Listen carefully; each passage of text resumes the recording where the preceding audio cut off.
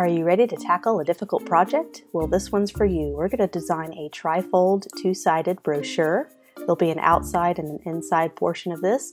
This will really practice our layout skills we've just mastered and also incorporate all the other modules as well in terms of typography and photography use. So let's do it. This is a template that I grabbed from Canva. I just went to File and I opened a brochure size, and I was able to kind of pick a basic template just so I can have some text to work with. I deleted all the photos and all the layout so we can kind of get started with figuring out how to best format this. So with trifolds, this is actually the whole outside of the document. It's always the first page. And the second page, which if you only had one page and you wanted to add a new page to a document, you just add new page, and you can add 20 different pages if you ever wanted to create a booklet or a book for that matter. You would just continue to add pages and it would just be like a PDF adding pages. So this is the inside, so this will be the 3 panels on the inside. So whenever you send this off to get printed, this will all be the outside, so you just have to use a little bit of your creativity to know that this will be all the user sees when they open up this brochure. So we need to make this super high impact, and this will be the back, and this will be that first panel they see when they open up this front cover. So let's get started. So we're going to go ahead and focus on this front cover first. That's going to set the tone for the rest of the document. So I'm going to go ahead and keep with this theme. So let's go ahead and drag some photos over to see what kind of photo I think is going to work really well with this. So I have my photos here. I'm just going to go ahead and drag this one of the restaurant because I think that kind of sets the tone of where the restaurant is. So I'm going to go ahead and bring this down. And I'm going to actually have this cover as much of the space on this front cover as possible. But since this is a horizontal photo, it's not quite fitting how I was hoping. But it could be that we can load in multiple images in a collage style might actually work better. But let's see if we have one single image that can carry the whole front cover.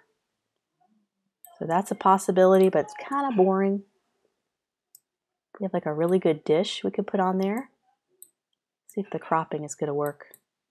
So I think to be able to stretch all the way up here too, I think we're going to need multiple images, or I can adjust the shape so that it covers a longer portion. There we go. So we don't have that issue anymore. So let's continue to mess around. I don't like that one quite as much. This one's beautiful. And I can actually rotate this to make it match. So that's an option for a front cover. We can actually have the plate go over that green part. That looks nice. Or we can even leave it at an angle.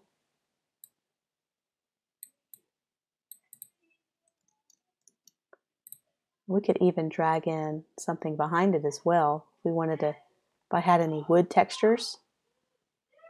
I have this wood texture. Let's send that to the back. And that's what's so great. I think this was a transparent cutout picture, so there was no white behind it. That's a really good find. I think I found it on Pexels. We could put this over a wood. I'm going to double click and I'm going to be cropping this right at the edge of that fold. Click OK.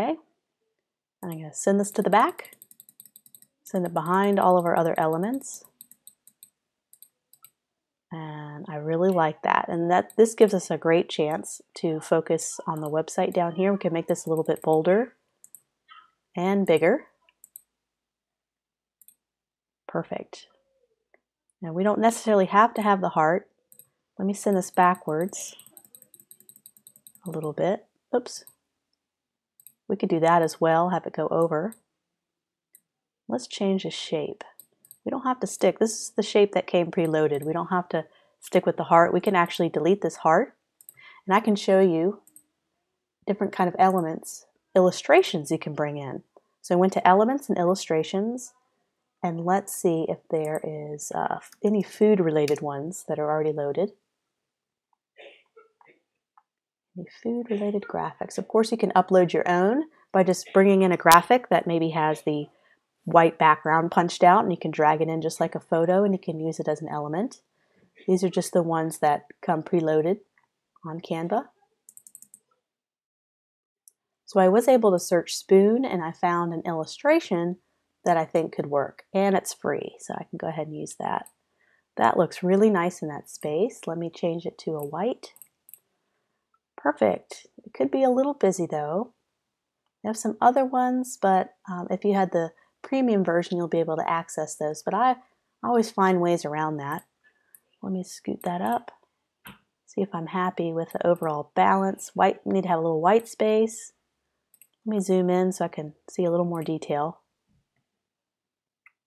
Okay, just kind of arranging my elements and learning correct white space, balance. Everything's nicely center aligned. There's a nice center alignment down the whole page. We can always make sure it's center aligned. We can move this object until we get our, there it is, there's our vertical dotted lines. You see that? Now I know it's centered along with the elements above. So you notice that this is a little bit transparent, this shape, because you can see where the image is cropped or ends on the top. So let's go ahead and make this full. There's no transparency, so now you don't see that. And we can mess with colors as well. This is not a bad color, but let's mess around. I do like the idea of greens, Fresh Market, but I want to do a brighter, fresher grass green. Maybe that kind of works a little bit better with the piece. We can also drag in a shape as well. We can go to elements. I think let's go ahead and get rid of this, elements, and we can drag in a different shape. It doesn't have to be this pointed triangle shape. It could also be a circle. Drag in a circle. Use that same green we just made up. We can also have it do this. And just sending that to the back to see if I like that shape better.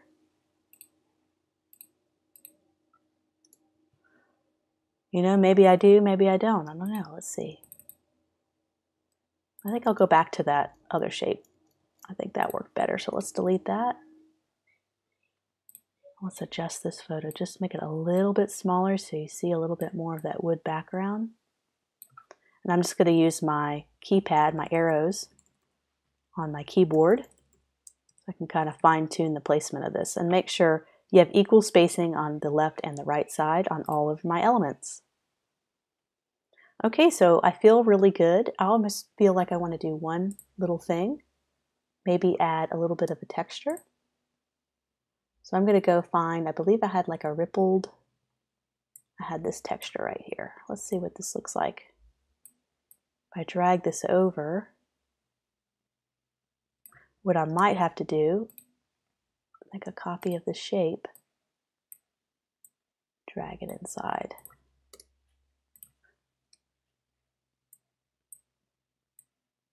Let me just see if I like it first. So let me drag it over here.